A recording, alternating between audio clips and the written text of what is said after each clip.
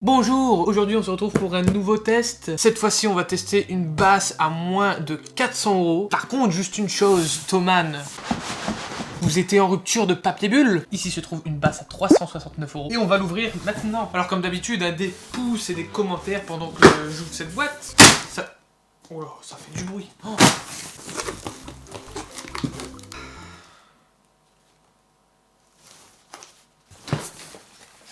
Oh ça, c'est pour plus tard. Là, j'ai une petite tête d'ici. Ah bah en effet, rupture de papier bulle. Ou dirais-je de carton... Enfin, du papier quoi. Ah oui, par contre, une chose, le colis était super léger, donc la basse me fait peur. Ah là là, oui, parce qu'il faut savoir que ça, je l'achète avec mon argent personnel. Donc moi, j'ai envie de dire, ouais, des basses à 400 €, ça coûte pas cher, des guitares à moins de 400 €, ça coûte pas cher. Et si je me retrouve avec une merde, ben, c'est de ma faute. Ou voilà, il faut savoir que je me pisse dessus actuellement, parce que j'ai peut-être pris de la merde. Oh là là, ils étaient vraiment en rupture de papier, hein. Vous avez vu la marque? Bon bah vous avez vu la marque, hein, encore. Mais j'aime Fender comme vous aimez Apple, ou le McDo, ou YouPorn. Oh. Enfin bref, donc Squier qui est la sous-marque de Fender. Regardez ça comment ils sont gentils, ils ont accroché des médiators qui n'ont rien à voir avec cette vidéo, du coup ça dégage, ça aussi. Alors comment ça s'ouvre? Ils peuvent pas mettre des ouvertures faciles comme sur les Kinder Bueno. Alors, attention. Oh non, y'a rien. Quoi? Putain, les mecs, on vous achète une basse. Alors, Fender qui m'ont fait kiffer il y a pas longtemps avec la guitare électroacoustique où t'avais un étui intégré, tout le bordel. Là... Alors, je fais attention parce que du coup, il n'y a pas de housse.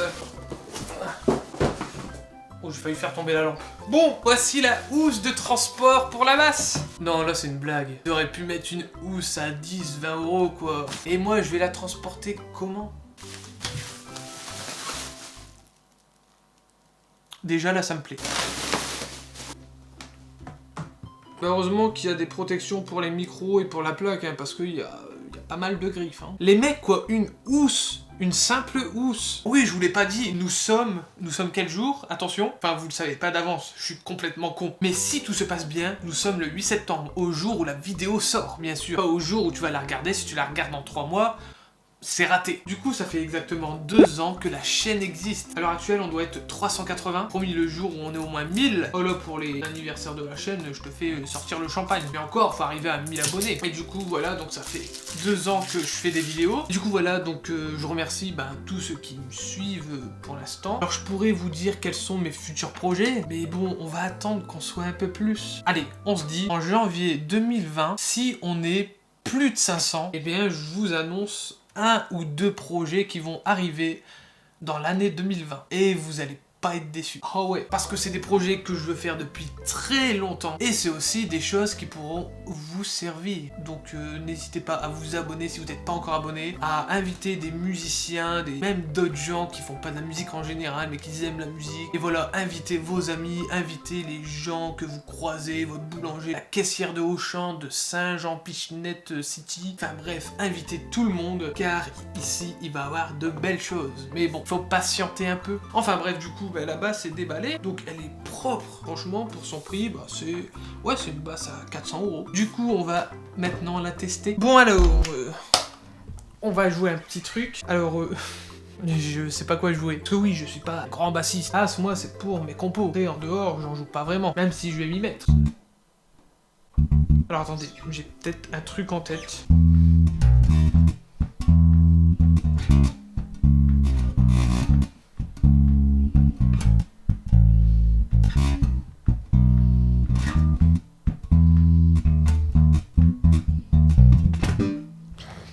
La fin était dégueulasse. Mais bon, du coup, voilà, vous voyez à peu près le son. Alors, sans rien, sans équaliseur, peut-être un petit compresseur pour ajuster le son. Mais sinon, c'est le son pur de la basse. On va essayer de baisser en entier un bouton.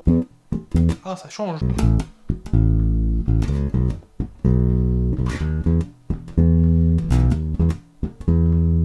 J'aime bien. On va en baisser un autre. Ouais, là, il n'y a plus de son, GG, il était con. J'ai l'impression que c'est le même son que la première fois.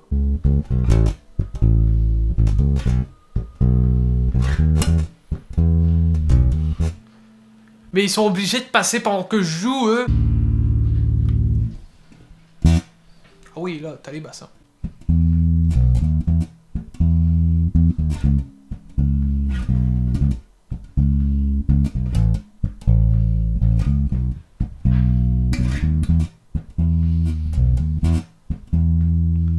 Bah écoutez, le son est plutôt pas mal. Ouais, donc franchement, on entend bien la différence quand tu joues avec les potards. Et bah le son est correct. Donc la basse est plutôt cool au premier essai. Elle est facile à accorder, elle est facile à manipuler. Le son est très clair quand tu changes les potards de position. Donc du coup, bah, on va voir pendant une semaine ou 15 jours ce que ça donne. Et d'ici là, je donnerai mon verdict. Donc cette fois-ci avec une transition un peu plus potable que la dernière fois.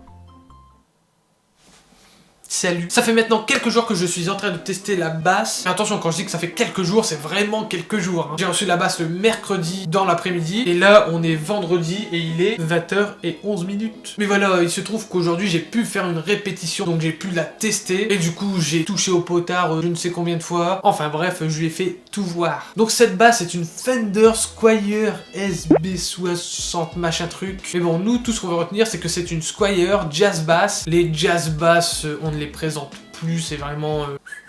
Ah, c'est le summum du podium. Et du coup, qu'est-ce qu'elle vaut cette basse? Eh bien, il faut savoir que déjà, elle est très légère, et ça, j'ai été étonné. Donc du coup, comme je l'ai dit, j'ai pu faire un peu le tour de la basse, donc les finitions sont pas mal. La basse est vraiment de bonne qualité, les potards sont solides et très fluides, le son est nickel. Mais non, franchement, le son, après, j'avais l'ampli pour, enfin, le truc, il arrive limite à ta taille. Tu mets à peine le son au quart que tu peux sonoriser une scène complète. Donc du coup, voilà, j'avais vraiment l'ampli pour, et franchement, elle dégomme. Ensuite, au niveau de la jouabilité, bah, elle est très agréable. Franchement, j'ai eu aucun problème à jouer avec. Avant ça, j'avais une autre basse, c'était une Fender Affinity Squier Bass, un truc comme ça. Et celle-là, j'avais un peu plus de mal quand même. Comme je l'ai dit tout à l'heure, j'ai testé la basse avec une disto. Donc là, c'était une Proco RAT. Et franchement, c'est... Voilà. Non, franchement, le son, il est d'une puissance. Alors moi, de base, qui est pas trop bassiste, là, j'ai kiffé ma répète. Mais je vais essayer de trouver d'autres vidéos où t'as des tests de ce modèle. Comme ça, vous pourrez vous donner un peu une idée. Et du coup, voilà, la basse, y a rien à dire. Pour son prix, elle envoie vraiment du lourd. La basse, elle est solide, elle est légère, elle est agréable à jouer. Par contre, il y a juste un énorme défaut. Et là, j'en veux à Fender. Parce que comme je l'ai dit sûrement avant, oui, je dis sûrement parce que je m'en souviens plus, mais tant pis, vous l'entendrez une deuxième fois, j'ai acheté une Fender acoustique récemment à 400 €. Et là, j'ai eu droit à la totale. J'ai même eu un étui, ça se fait pas de base, hein. Et là, pour 379 €, donc 20 € moins cher, et bien déjà, la basse, elle se promenait dans le carton, hein. Ah, Thomann, ils font la greffe du papier bulle, hein. Attention. Mais bon, ça va, elle est arrivée en bon état. Mais le problème n'est pas là. Le truc, c'est que la basse est fournie sans housse de protection. Les mecs, on va aller voir la moins chère des housses de protection sur Thomann. Et je parie qu'à 10 €, tu peux en trouver une. Guitare, basse, accessoires, housse étui, housse pour basse électrique. La moins chère est à... Attendez, j'ai déjà oublié le prix. La moins chère est à 4,88 €. La moins chère des housses sur Thomann à moins de 5 €. Donc attendez, parce qu'on va aller voir quand même. Ah ouais, c'est vraiment une housse qui fait kawaii quoi. Mais bon, ça la protège. Bah attendez, on va aller voir la deuxième. La deuxième housse, la moins chère, est à moins de 10 €. Bon, c'est pas une housse rembourrée, mais ça la protège au moins de l'air, de l'humidité. Et le truc, c'est que c'est pas précisé sur le site qu'elle est vendue sans housse. Il y a juste marqué 2 fois étui inclus, non. Enfin voilà, donc de ce côté-là, j'ai vraiment été déçu. Alors, pour finir, est-ce que je conseille cette basse? Eh ben oui. Parce que voilà, comme je vous l'ai dit, j'ai répété avec 3 heures, vraiment eu rien à lui reprocher. J'ai même répété avant parce que ouais, j'avais des morceaux à apprendre et du coup, pareil, j'avais rien à lui reprocher. Donc franchement, si vous cherchez une basse polyvalente, foncez.